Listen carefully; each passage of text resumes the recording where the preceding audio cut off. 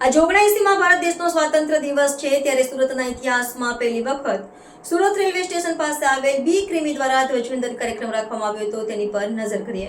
સુરત શહેરના હાટ સમાન Surat railway station પાસે આવેલ બિસ્મિલ્લા જ્યુસ એટલે કે બી ક્રીમીની સ્થાપના કર્યાના 132 વર્ષમાં પહેલીવાર તિરંગાની સલામી આપવાનો કાર્યક્રમ એટલે કે આજે 15મી ઓગસ્ટ 2025ના રોજ ભવ્ય ઉજવણી કરવામાં આવી। તિરંગાની સલામી અપાઈ ત્યારે બી ક્રીમીના આસિફ બિસ્મિલ્લા, ઇરફાનભાઈ ચામડિયા, હોટેલ એસોસિએશનના અરુણ શેટ્ટી, બાબાભાઈ હિરાગલ સહિતના અનેક મહાનુભાવો ઉપસ્થિત રહેવા પામ્યા।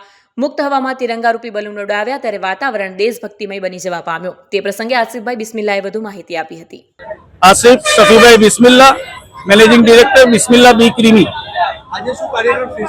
આજે સુરતના ઇતિહાસમાં રેલવે સ્ટેશન પર પહેલી વખત અમે એક ફ્લેગ હોસ્ટિંગનો કાર્યક્રમ રાખેલો છે જે બી ક્રીમી બિસ્મિલ્લા ગ્રુપના તરફથી રાખવામાં આવ્યો છે, જેમાં અમારા સુરત હોટલ એન્ડ રેસ્ટોરન્ટ એસોસિએશનના પ્રેસિડેન્ટ અરુણભાઈ શેટ્ટી, અમારા સુરત હલાઈ મહેમાન જમાતના vice president ઇરફાનભાઈ Chamadiya, board member Bababhai Hiragal અને ઘણા મહાનુભાવો ઉપસ્થિત રહ્યા હતા।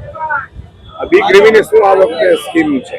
આ વખતે બી ક્રીમી ગ્રાહકો માટે 79 રૂપિયામાં 79th ઇન્ડિપેન્ડન્સ ડે ના દિવસે ફક્ત 79 રૂપીસમાં બધા 63નું 15 અને 16 બે દિવસ માટે પેન ઇન્ડિયા જેટલી બી બી ક્રીમી ફ્રેન્ચાઇઝી છે તે બધી જ જગ્યા પર વેચાણ કરવાનું છે। અને આઈસ્ક્રીમના જે સ્કૂપ છે એમાં બાય વન ગેટ વન ની સ્કીમ લઈને આવ્યું છે બી ક્રીમી। આ વખતે ફર્સ્ટ ટાઈમ તમે આ ધ્વજવંદનનો કાર્યક્રમ રાખ્યો?